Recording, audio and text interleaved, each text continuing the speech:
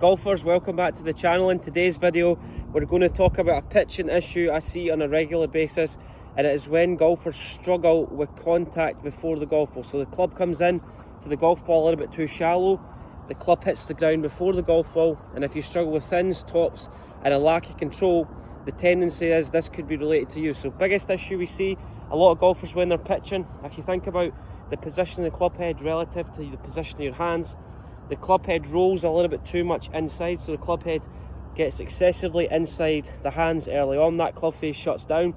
So because we reduce the loft in the backswing, then we have to recreate and add loft coming into impact. So if you're a golfer that gets the club really inside on the way back and really shut, as we come through impact, that handle is going to move high and to the right to try and add that loft back on that we've taken off. So you'll start to see shots where the grip end of the club goes up and to the right, and that left arm disconnects itself. So you get a chicken wing, that left arm disconnects itself, the arms outrace the body. So if you're this golfer where you struggle with the club colliding with the ground before impact, so if you're this golfer where the club face gets really short, club head gets really inside, you start to feel that club work a little bit flatter and shallow around your body in the backswing.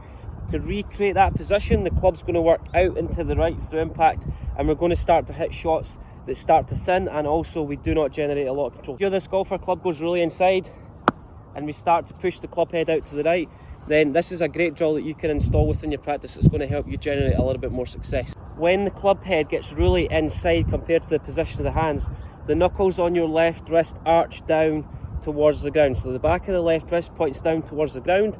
That causes the club face to shut down, and it also causes the club head to go inside. Flip your hands. Have you ever seen Matthew Fitzpatrick pitch where his left hand is below his right? Struggle with your pitching, flip your hands over, left hand on the bottom of the grip, right hand on the top of the grip. All you're really trying to feel from here is you're trying to add a little bit more cupping in that left wrist. So think about the back of your left wrist. The knuckles of your left hand are going to start facing back towards your body line. So that's going to allow the club head to stay out a little bit more, and it's going to encourage the hands to stay in. Knuckles go down towards the ground, that club head's going to shut down, and it's also going to get the club head inside. So you want to do the opposite. Instead of the knuckles going down towards the ground, we want to feel like the knuckles go up towards the sky. That's going to do two things. It's going to add loft to the club face, but it's also going to encourage the club head to stay outside the hands on the way back, which is a great effect for pitching.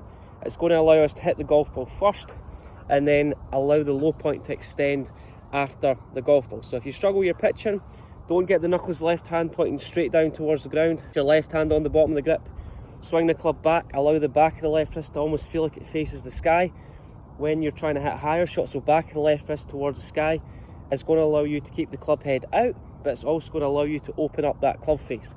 And you'll start to feel like this is a little bit more of a cut shot effect, where the club head works a little bit out in the backswing, then a little bit across in the downswing. Back of the left wrist towards the sky, keep that club head out in the backswing, and then as we come through, we want to feel like we hold on to that loft. So as we release the club, feel like right palm faces the sky. That's going to help us keep that club face nice and open, and it's also going to prevent that right palm facing the ground where that club face shuts down. As we work the club back, feeling the knuckles, the left hand face the sky, and keep the club head out in the backswing. That's going to open up the club face. Then as we come through, I want you to feel like the grip end of the club works up and to the left, facilitated by the chest rotating and extended towards the sky. As you release the club, keep that right palm up towards the sky. I'll almost feel like your right hand's a little bit more underneath the shaft, but that's going to keep the club face nice and open, and it's going to allow us to generate a little bit more bounce through impact. So keep that club face nice and open. Palm towards the sky is going to allow that club face to stay nice and open. It's going to control the trajectory of the trajectory is going to be a little bit higher, and we're going to generate a little bit more spin. So back left wrist towards the sky, club head working out. Then as we come through, right palm to the sky, hold on to that loft coming through impact.